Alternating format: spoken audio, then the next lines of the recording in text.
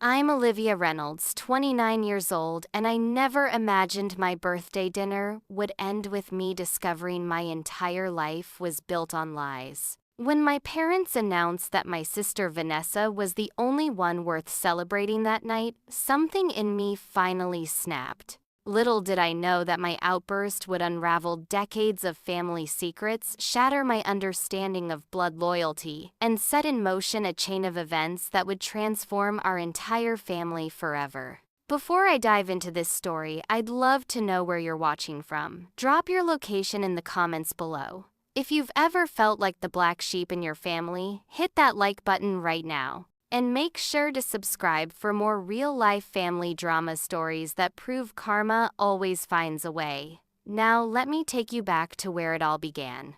Growing up in suburban Boston, I always felt like an outsider in my own family. My sister Vanessa, just 2 years younger than me, was the undisputed star of the Reynolds household. She had our parents' complete adoration from the moment she was born, with her bouncing golden curls and infectious giggle.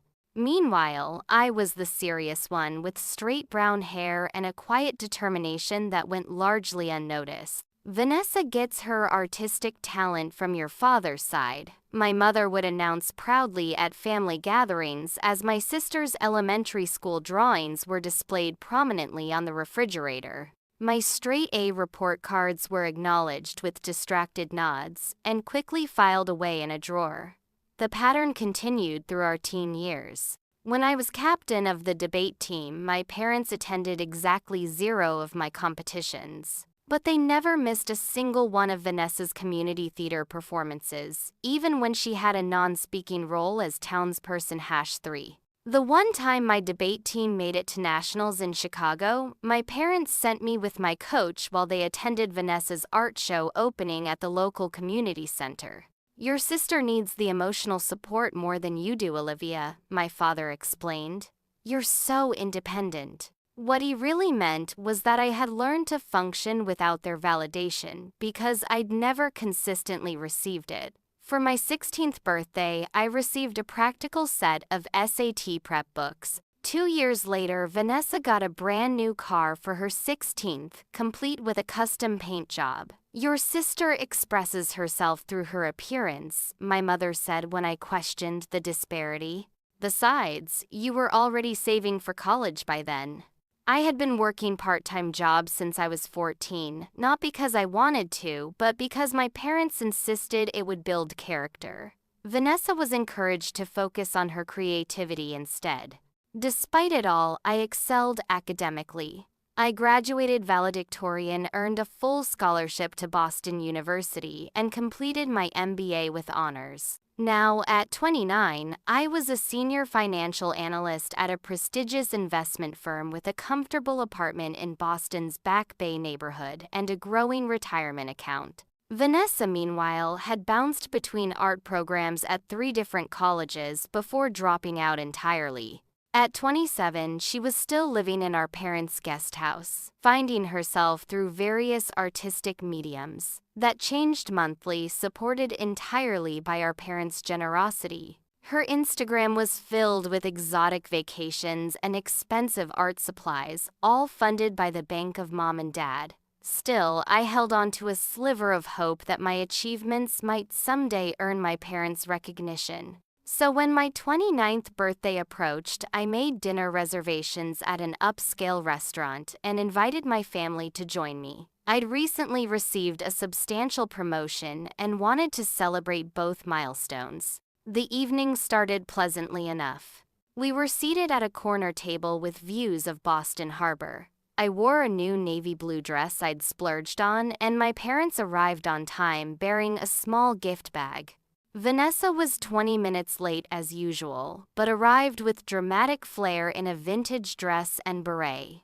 "Sorry, I'm late. I was finalizing the details for my exhibition," she announced without acknowledging my birthday. My mother immediately perked up. "Exhibition? You didn't tell us," Vanessa's eyes sparkled. "I wanted it to be a surprise. The Newbury Street Gallery wants to showcase my mixed media pieces next month. They said my work shows extraordinary emotional depth." My parents erupted in excitement. My father immediately ordered champagne to celebrate this momentous occasion, while my mother tearfully proclaimed this was what we've always known would happen. I sat quietly waiting for them to remember why we were actually gathered. The waiter brought the champagne and my father raised his glass. To Vanessa, he proclaimed proudly, "Our family's rising star," my mother added. "We always knew you were destined for greatness." I cleared my throat gently. "And maybe a small toast to my birthday and promotion," I suggested. The table fell awkwardly silent until my father said dismissively, "Oh, of course. Happy birthday, Olivia. But really tonight, Vanessa is the only one worth celebrating." My mother nodded in agreement. Financial analysts are a dime a dozen, honey. But our Vanessa is truly exceptional. This gallery showing could launch her career. I stared at them, feeling a familiar knot in my stomach tighten into something dangerous. 29 years of being second best crystallized in that moment as I sat at my own birthday dinner, being told explicitly that my sister was the only one who mattered. What happened next would change everything. "Excuse me." The words left my mouth before I could stop them, quiet but sharp. My father glanced at me with mild irritation. "You heard your mother. This is a big deal for Vanessa." "And my birthday dinner isn't a big deal for me," I asked, my voice strangely steady despite the earthquake happening inside me. My mother sighed dramatically. "Olivia, you have birthdays every year. This gallery opportunity is once in a lifetime for your sister." "Actually," Vanessa interjected suddenly, looking uncomfortable, "they have new artists every month." "It's not really nonsense," my father interrupted. "This is your big break." I took a slow sip of water, memories flashing through my mind. My 8th birthday party canceled because Vanessa had a cold. My high school graduation dinner rushed because Vanessa had a dance recital. My college acceptance letter barely acknowledged because Vanessa had broken up with her boyfriend that week. "I've had birthdays every year," I said slowly, "but you've never really celebrated any of them, have you?" My mother rolled her eyes. "Don't be so dramatic, Olivia. We've always given you gifts." "Practical gifts," I corrected. "SAT books, planners, a vacuum cleaner last year." "Those are things you needed," my father said defensively. "What I needed," I said, my voice rising slightly, "was for my parents to care about my achievements even half as much as they cared about Vanessa's." My father's face reddened.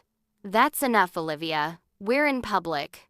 Something inside me, something that had been building for 29 years, finally snapped. "Yes, we're in public," I said louder now. "We're in public at my birthday dinner, which you've completely hijacked to celebrate Vanessa. Again." "Olivia, please," my mother started.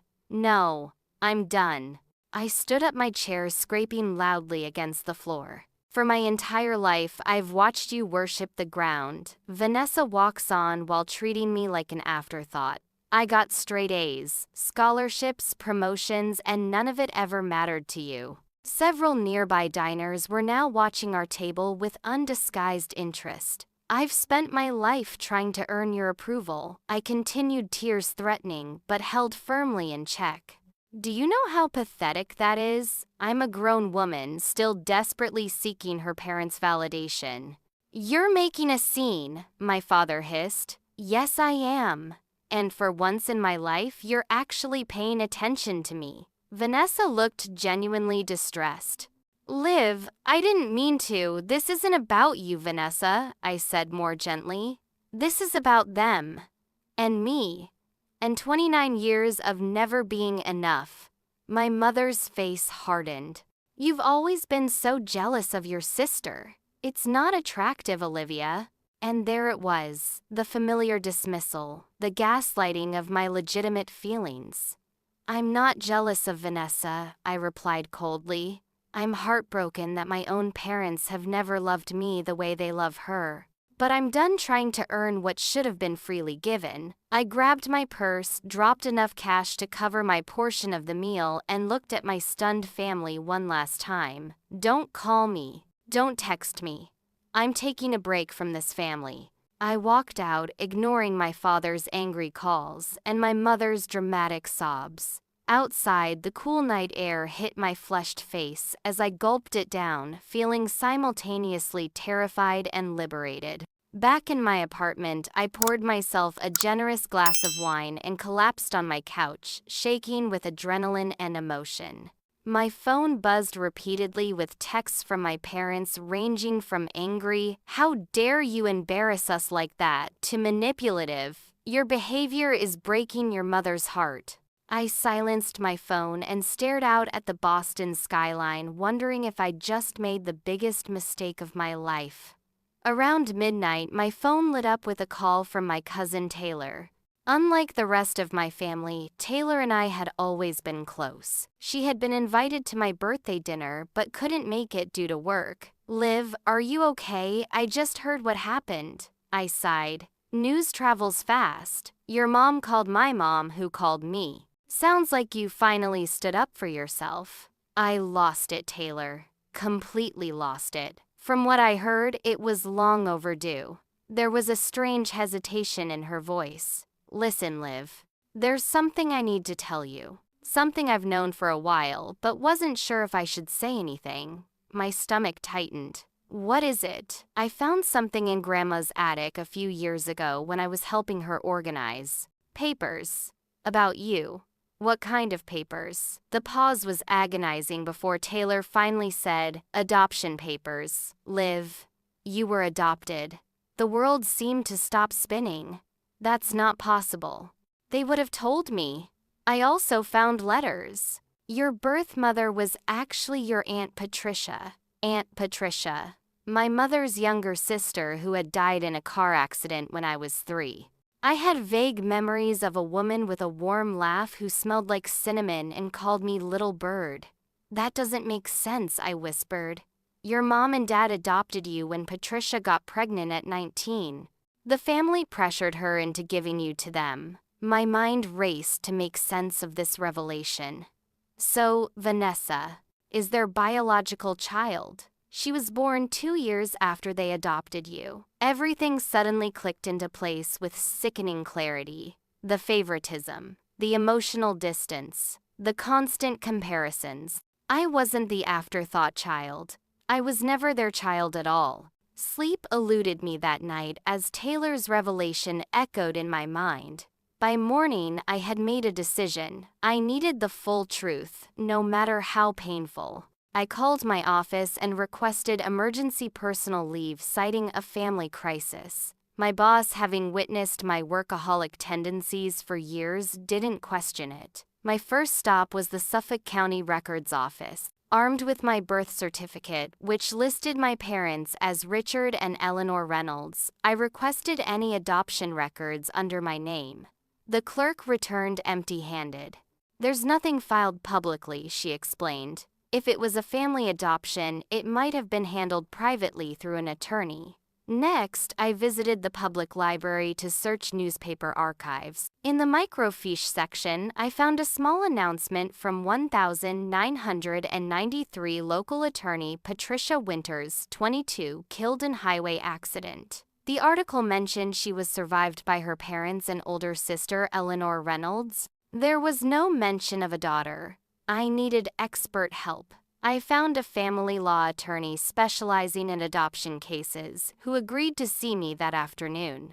Private family adoptions were less regulated in the early 92nds, she explained after hearing my story, especially when keeping things in the family was prioritized over proper documentation. She suggested searching property records for any trusts or assets in Patricia's name that might contain relevant information. Follow the money, she advised. Family secrets often leave a paper trail through financial transactions. That evening, Taylor called with news. I asked my mom about Aunt Patricia, pretending I was just curious about family history. She mentioned Patricia had a storage unit that the family maintained after her death.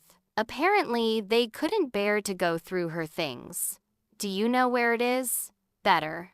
I know where Grandma keeps the key." 2 days later, Taylor met me outside a storage facility in Somerville. The unit was small, packed with furniture and boxes coated in 2 decades of dust. "I can't believe they've been paying for this for almost 30 years, I murmured. "I think it was paid up front for 50 years, Taylor replied. "Patricia had a life insurance policy." We spent hours sorting through boxes of clothes, books, and mementos.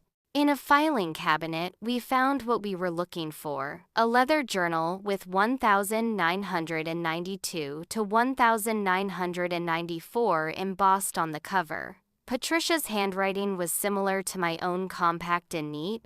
I sat on a dusty armchair and began reading, while Taylor continued searching through documents. The journal entries started with Patricia's excitement about law school, then her dismay at discovering her pregnancy. The father was a fellow law student who wanted nothing to do with the baby. Her parents, my grandparents, were furious about the scandal and immediately suggested adoption. "Eleanor can't have children," my grandmother had apparently said. "This is God's plan." Patricia initially refused writing passionate entries about her desire to raise her daughter me while continuing law school, but the family pressure was relentless. "They've cut me off financially," one entry read. "Dad says I can either give the baby to Eleanor or find my own way with no support, no home, no tuition. Eleanor keeps talking about how she and Richard will give the baby everything. I can't. I feel trapped." The entries after my birth were heartbreaking. Patricia had clearly bonded with me and was devastated about the impending adoption. She had named me Olivia Patricia Winters and had fought to keep me for nearly 6 months. Held Olivia all night, read an entry from when I was 5 months old. "Mom and Dad say it's time. Eleanor came over today to practice caring for her, but I could see the possession in her eyes. This isn't borrowing a sweater. This is my daughter, my heart." The final entry before the adoption described a financial arrangement that made my blood run cold. "The papers are signed. I gave away my daughter today. Dad has rewarded Eleanor and Richard with a substantial investment in their business for taking this burden from me. My daughter was sold and I was the one forced to sell her." I closed the journal, tears streaming down my face. Taylor sat beside me holding a stack of legal documents. "There's more," she said quietly. "Patricia had a trust fund. After she died, it should have gone to you as her next of kin. But according to these documents, your parents claimed it as your legal guardians, and it looks like they used it to fund Vanessa's private schools and arts programs." The betrayal was complete. Not only had I been unwanted, I had essentially been purchased. And then, the money meant for me had been diverted to the daughter they actually wanted. "They never told me," I whispered. All these years, all those times, I felt like an outsider. I actually was one. Taylor put her arm around me. "What are you going to do?" I looked at the journal in my hands, at Patricia's hopes and dreams for me, at her fight to keep me before she was overpowered by her family. "First, I'm going to claim my mother's legacy," I said, a new resolve hardening within me. "And then I'm going to confront the people who stole it from me." Sunday dinner at the Reynolds household was a tradition rarely broken. Despite our explosive fight at my birthday dinner, I knew exactly where my family would be at 6 p.m. that weekend. I hadn't responded to any of their messages, which had evolved from angry to concerned to pleading as the days passed. I arrived unannounced, Patricia's journal and a folder of documents tucked into my bag. Through the dining room window, I could see them already seated, my father at the head of the table, my mother serving pot roast, Vanessa texting under the table. A normal Sunday for them, while my world had been completely upended. The doorbell's chime interrupted their meal. When my father opened the door, his expression shifted from surprise to wariness. "Olivia, we weren't expecting you." "Clearly," I replied, stepping past him into the foyer. "But we need to talk." In the dining room, my mother's face tightened with displeasure. If you've come to apologize for your behavior at the restaurant, I haven't, I interrupted, remaining standing as they all stared up at me. I've come for the truth. I placed Patricia's journal on the table. My mother's face drained of color. Where did you get that? She whispered. From my mother's storage unit. I emphasized the word mother and watched my mother, no Eleanor, flinch. The mother you never told me about. My father stood abruptly. This is not an appropriate conversation to have right now. When would it be appropriate, Richard? After 30 years, 40. Were you ever planning to tell me I was adopted, or was I supposed to go my entire life not knowing why I never quite belonged in this family? Vanessa's eyes widened. What are you talking about, adopted? I turned to my sister. No, my cousin. They didn't tell you either, did they? Your golden child status was built on a foundation of lies, too. My mother's hands trembled as she reached for her wine glass. Olivia, please. You don't understand. I understand perfectly, I said, opening the folder and spreading documents across the table, disrupting their perfectly arranged dinner. I understand that Aunt Patricia was actually my birth mother. I understand that she was coerced into giving me up. I understand that Grandma and Grandpa essentially paid you to take me. That's not how it was, my father protested weakly. No. Then explain this. I pointed to financial records Taylor and I had uncovered. Explain how Patricia's trust fund, which should have gone to me after her death, mysteriously ended up funding Vanessa's education and hobbies. Vanessa looked stricken. Mom, Dad, is this true? My mother began to cry, her carefully applied mascara streaking down her cheeks. We were protecting you, Olivia. Patricia was in no position to raise a child. She was young, single, still in school. She was a law student who wanted to keep her baby, I countered. You didn't protect me. You stole me. Just then, the front door opened, and my grandparents walked in using their key as they always did for Sunday dinners. Sorry, we're late, my grandmother called out cheerfully before stopping short at the tableau in the dining room. What's going on here? My grandfather assessed the situation quickly, his eyes narrowing at the documents spread across the table. Eleanor, Richard. What is this? Your granddaughter has been doing some research, I answered for them.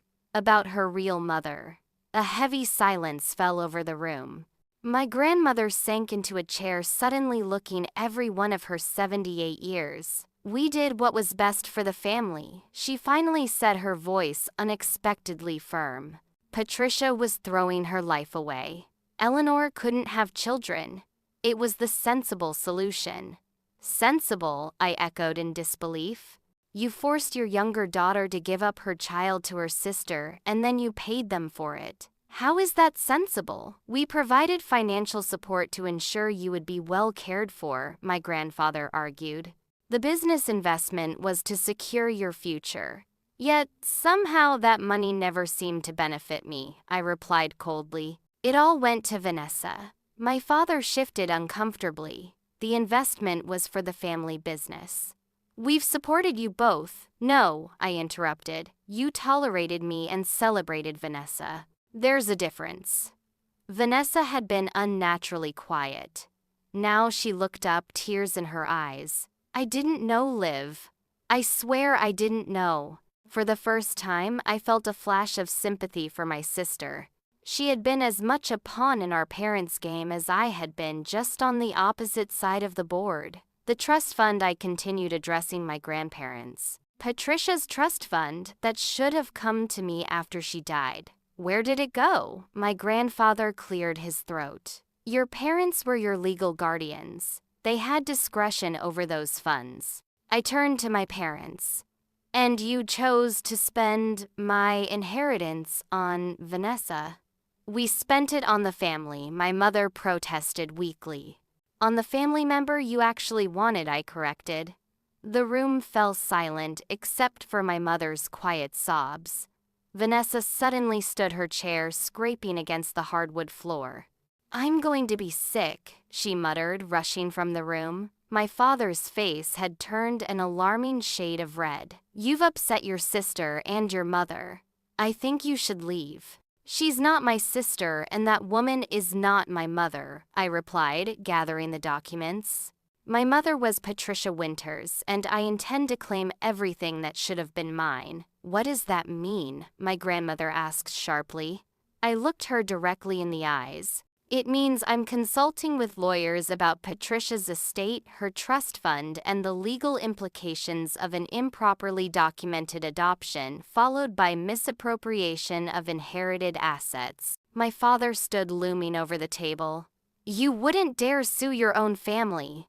You're right, I agreed calmly. I wouldn't sue my family, but you're not my family. You're the people who purchased me, lied to me, and stole my inheritance. And yes, I absolutely would sue you. I turned to leave but stopped at the sound of Vanessa's voice as she returned to the dining room. Liv, wait, she called, her face tear-stained but resolute. This isn't right. What they did, it wasn't right. Our eyes met across the room, and for the first time, I felt a genuine connection with her. She hadn't known. She'd been as deceived as I had been, just in different ways. The truth is finally out, I said, addressing the entire room. What happens next is up to you.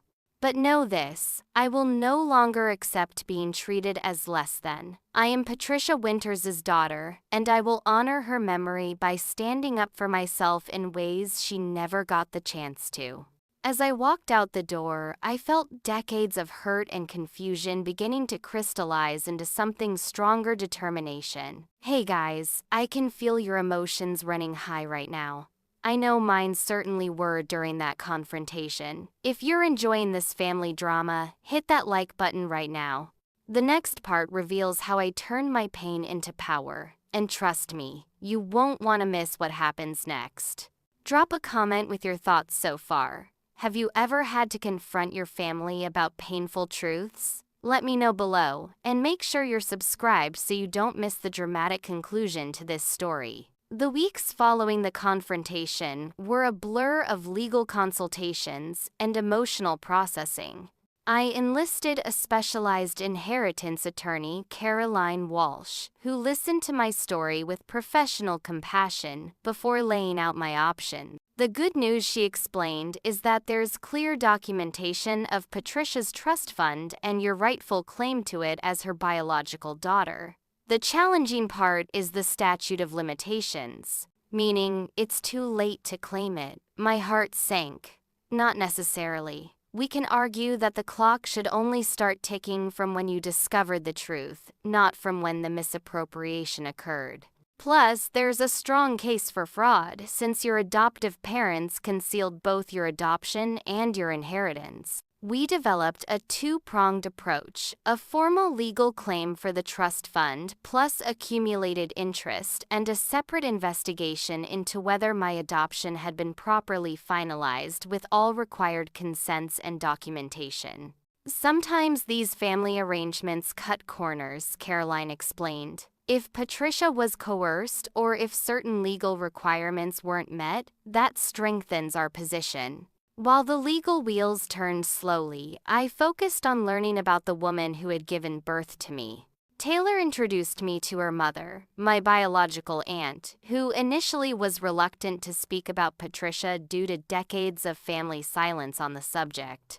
Your grandparents made it clear we weren't to discuss her after she died, Aunt Rebecca explained during our awkward first meeting at a cafe. They said it would be confusing for you. But once she started sharing, the stories flowed. Patricia had been brilliant, independent, and stubborn, traits I recognized in myself. She'd been determined to become an advocate for vulnerable women and children, a path that had been cut short by her accident. She fought so hard to keep you, Aunt Rebecca admitted, tears in her eyes. Even after the adoption, she visited constantly. Eleanor, your adoptive mother, became increasingly uncomfortable with her presence. They had terrible arguments about it. I learned that Patricia had been planning to challenge the adoption when she died. She had saved enough money to support you both, Rebecca said. She was going to fight for you. Through Rebecca, I connected with Patricia's law school friends who shared memories and photos. One former classmate, now a judge, remembered Patricia's anguish. "She brought you to study groups when you were tiny," Judge Maria Hernandez told me over coffee. "We all took turns holding you while she outlined cases. She was determined to make it work." Each new story helped me piece together not just who Patricia had been, but who I was. The serious, determined child who never quite fit with the Reynolds family made perfect sense as Patricia Winter's daughter. One evening, my doorbell rang unexpectedly. I opened it to find Vanessa standing there, looking uncertain. "Can I come in?" she asked hesitantly. I stepped aside, surprised by how genuinely glad I was to see her. Inside, she paced my living room nervously before blurting out, "I've moved out of the guest house." "Really? Where are you staying with my friend Zoe for now?" She twisted her hands anxiously. "I couldn't stay there after everything I learned. It's like, the more I think about it, the more disgusted I feel." We talked for hours that night, peeling back layers of our shared history from opposite perspectives. Vanessa admitted she'd always felt pressured by our parents' excessive expectations and praise. "Nothing was ever enough," she confessed. "Every accomplishment just raised the bar higher." And now I realize it was all built on this terrible secret that they chose me over you invested your money in me, and created this whole narrative about me being special while you were pushed aside. I found myself in the strange position of comforting the sister who had unknowingly benefited from my mistreatment. "You were a child, Vanessa. You didn't create this situation." "But I participated in it," she countered. "All those times I bragged about my achievements or accepted their favoritism. I should have questioned why they treated us so differently." "We were both manipulated," I said.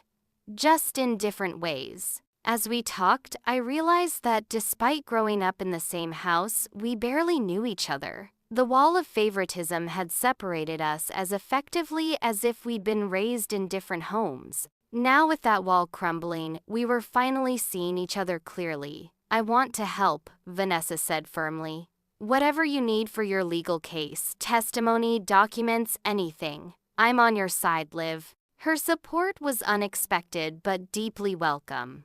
For the first time, I felt like I had an ally in this fight who truly understood all the players involved. While my legal case progressed, I also focused on healing. I found a therapist specializing in adoption trauma and family betrayal. Dr. Chen helped me navigate the complex emotions of discovering my true identity so late in life. "You're grieving multiple losses," she explained. "The mother you never got to know, the family relationship you thought you had, and the life you might have lived had the truth been known." Through therapy, I began to separate my self-worth from my parents' approval, something I'd been seeking unsuccessfully for decades. I realized that Patricia had wanted me fiercely, had loved me enough to fight for me against her entire family. That knowledge became an anchor as I rebuilt my sense of self. Meanwhile, my parents made repeated attempts to contact me, escalating from apologetic texts to an ambush at my office.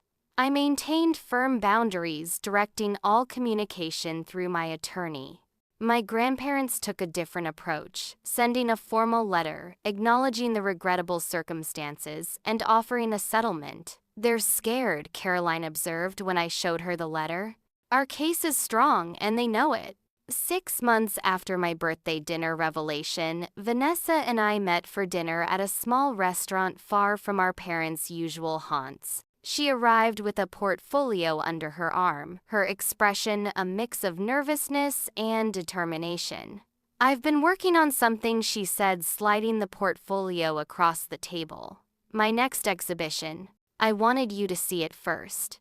Inside were photographs of her new art series Blood and Secrets. The pieces combined family photographs with snippets of Patricia's journal entries that I had shared with her, creating powerful statements about family dynamics, truth, and identity. "Is this okay?" she asked anxiously. "I don't want to appropriate your pain, but I thought maybe this could help tell your story. Our story. The artwork was raw and honest in a way Vanessa's previous work had never been. For the first time, I saw real talent, not the manufactured genius our parents had proclaimed, but authentic artistic voice. It's more than okay, I said.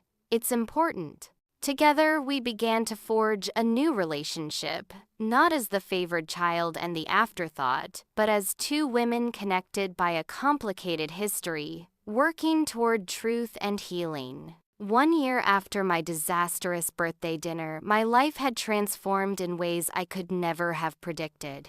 The legal battle over Patricia's trust fund had been resolved largely in my favor, with the court ordering my parents to repay the misappropriated funds with 30 years of accumulated interest, a substantial sum that represented not just financial justice, but acknowledgement of the wrong that had been done. Caroline had been brilliant, methodically building a case that was too strong to fight. They could have dragged this out for years, she explained after the settlement was finalized.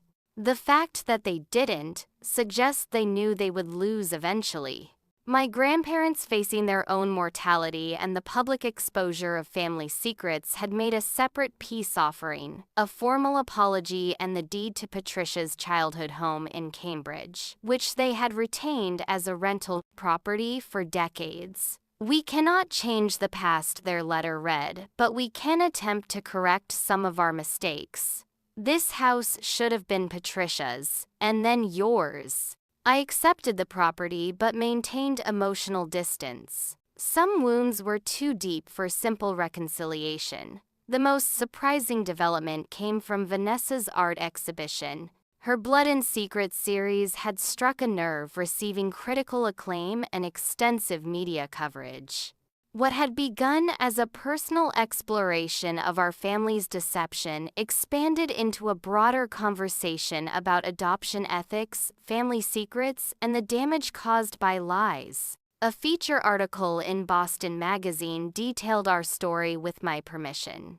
The publicity was uncomfortable, but purposeful. I wanted the truth exposed, not just for my own validation, but to prevent other families from making the same destructive choices. My parents, once respected fixtures in Boston's social scene, found themselves facing uncomfortable questions and judgmental glances. Friends who had known Patricia began to share their memories of her fight to keep me, contradicting my parents' carefully constructed narrative of a magnanimous act of taking in an unwanted child. The Reynolds family business suffered as longtime clients quietly took their accounts elsewhere.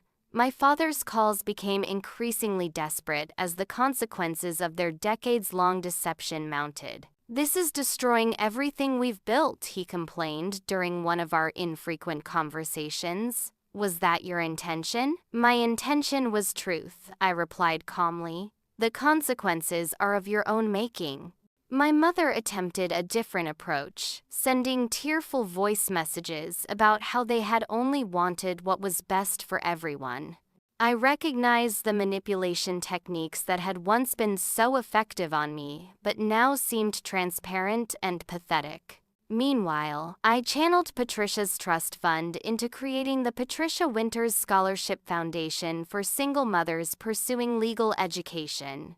The foundation's mission statement, supporting women who fight for themselves and their children, felt like the perfect tribute to the mother I'd barely known. When my parents learned about the foundation through the announcement in the Boston Globe, they attempted to attach themselves to it, offering to host the launch event at their home. "Absolutely not," I told them firmly.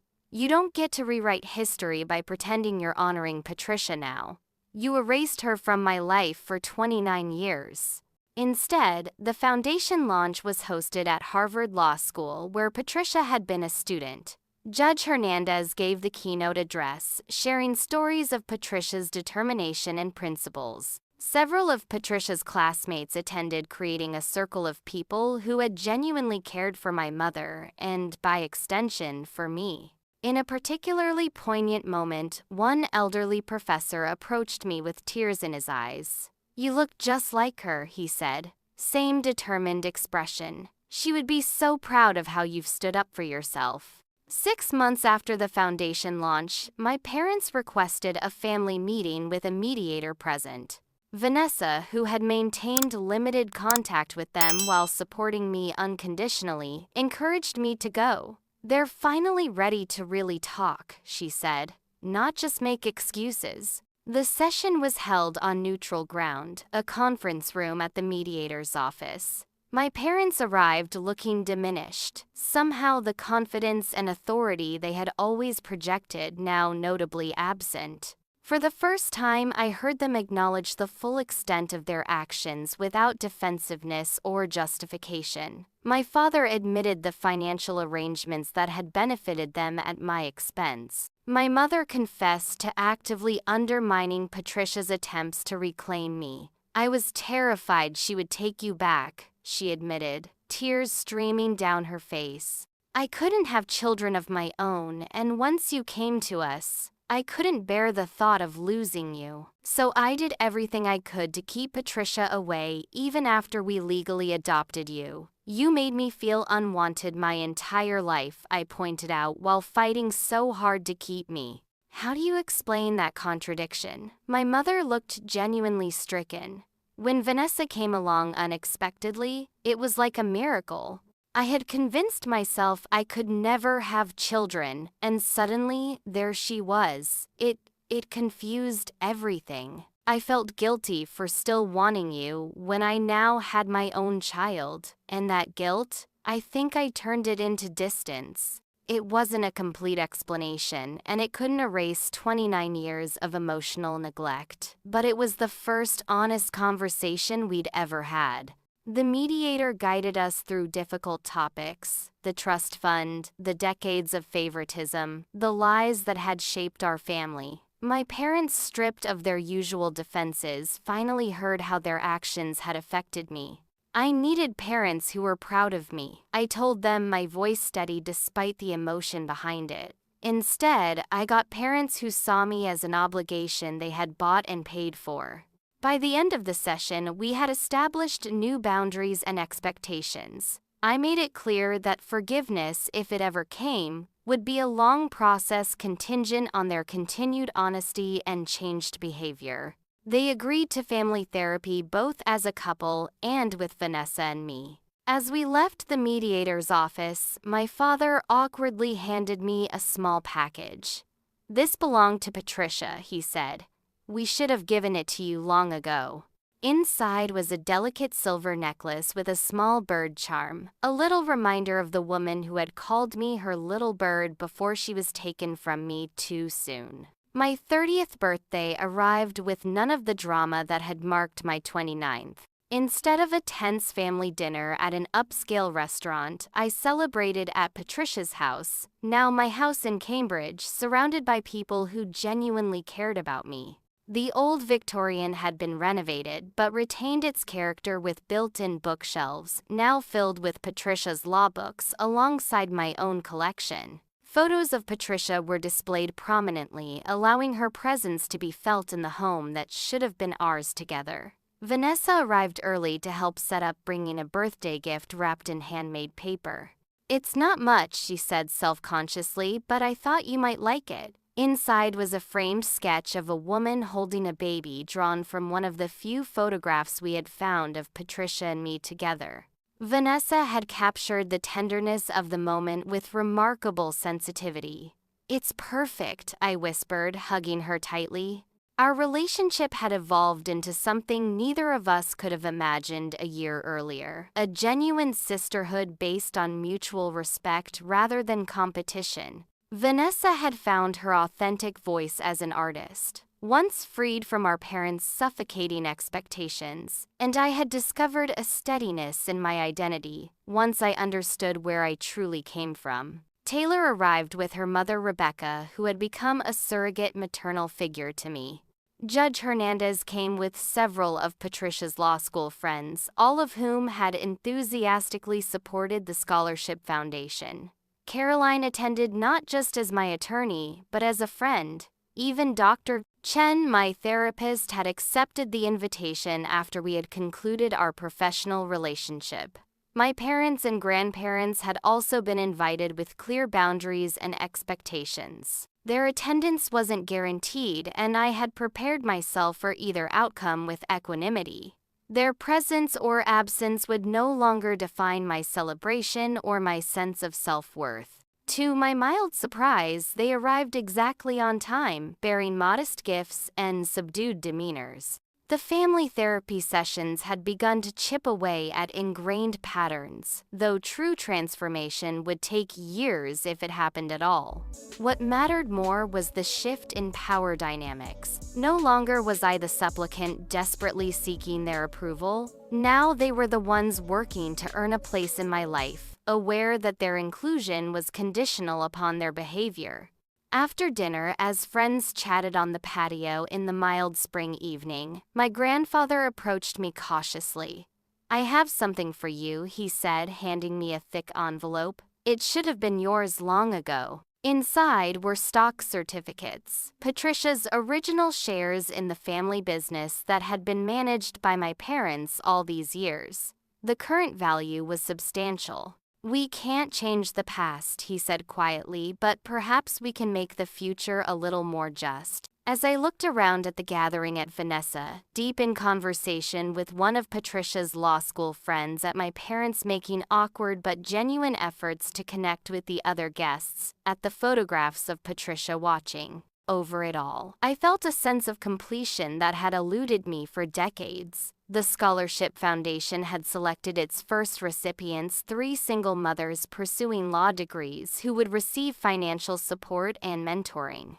They would be announced publicly next week, ensuring Patricia's legacy would continue through other determined women fighting for their futures. When it came time for birthday cake, Taylor dimmed the lights and everyone gathered around the dining table. 30 candles flickered in the darkness, their warm glow illuminating the faces of people who had chosen to be part of my life.